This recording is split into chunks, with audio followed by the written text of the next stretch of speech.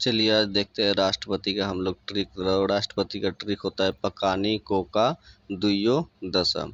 तो 52 से शुरू करते हैं, 52 से लेकर 61 तक होता है, जिसमें 52वें अनुच्छेद में बोलता है कि राष्ट्रपति का पद होगा। तो भारत में एक राष्ट्रपति का पद होगा, हालांकि ये ब्रिटेन से लिया गया। और 53 अनुच्छेद बताता है कि कार्यपालिका शक्ति का प्रधान राष्ट्रपति ही होता है, जबकि वास्तविक रूप से प्रधानमंत्री होते हैं। और 54 अनुच्छेद में बोलता है कि राष्ट्रपति का निर्वाचन, जिसमें से लोकसभा और राज्यसभा और विधानसभा के सभी निर्वाचित सदस्य भाग लेते हैं, मनोनीत नहीं लेते हैं, क्योंकि जो राज्यसभा में 12 सदस्य होते हैं वो भाग नहीं लेते हैं, और लोकसभा में पहले 2 एंग्लो इंडियन था, वो भी अब मनोनीत होते थे, वो भाग नहीं लेते हैं। साथ ही साथ विधान परिषद के भी सदस्य भाग नहीं लेते हैं। अतः ये वाला कोटा में देखते हैं, जो 55 अनुच्छेद के तहत है, इसमें राष्ट्रपति का कोटा होता है, जैसे एकल संक्रमणीय समानुपाती द्वारा जो चुनी जाती है वही होती है। 56 अनुच्छेद बताता है कि कार्यकाल, तो राष्ट्रपति का कार्यकाल 5 साल का होता है।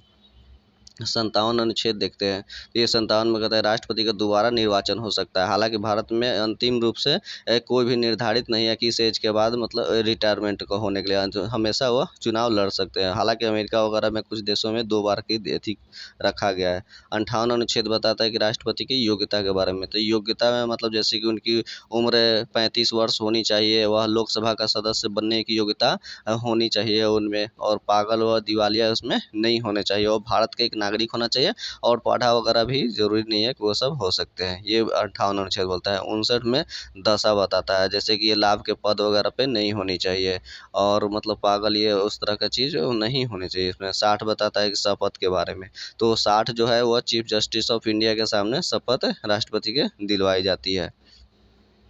और 61 में है महाभियोग। तो ये महाभियोग जिसे कोई भी सदन में ला सकते हैं, या तो लोकसभा में ले जा सकते हैं या तो राज्यसभा में महाभियोग की प्रक्रिया शुरू हो जाती है। शुरू करने के लिए 1/4 सदस्यों का हस्ताक्षर होनी चाहिए, और उसे जब सदन में जिस सदन में रखी जाती है तो उसको सदन से 2/3 बहुमत से पारित करना होता है। तो फिर दूसरे सदन में जाती है, दूसरा सदन उसको फिर उसके बाद 2/3 बहुमत से ही पारित करती है, तब वो राष्ट्रपति का पद को महाभियोग पूर्ण समझा जाता है, उन्हें पद से अपनी छोड़ना पड़ता है। इसके अलावा और भी कुछ महत्वपूर्ण अनुच्छेद देखते हैं, जैसे 72 अनुच्छेद में राष्ट्रपति की क्षमादान है। 74 अनुच्छेद में कहता है कि एक मंत्री परिषद होगा जिसका प्रधान प्रधानमंत्री होता है। और 75 अनुच्छेद में कहता है कि राष्ट्रपति मतलब राष्ट्रपति ही प्रधानमंत्री के मंत्रिमंडल की सहायता से कार्य करेगा, और प्रधानमंत्री के सलाह पे अन्य मंत्रियों की नियुक्ति करेगा। 76 अनुच्छेद में कहा जाता है कि महान्यायवादी की नियुक्ति होगी, राष्ट्रपति महान्यायवादी की नियुक्ति करता है, जिसे एडवोकेट जनरल कहा जाता है। 148 में कैग की नियुक्ति की जाती है, नियंत्रक और महालेखा परीक्षक, ये सभी राष्ट्रपति ही नियुक्त करते हैं। 143 में सुप्रीम कोर्ट से राष्ट्रपति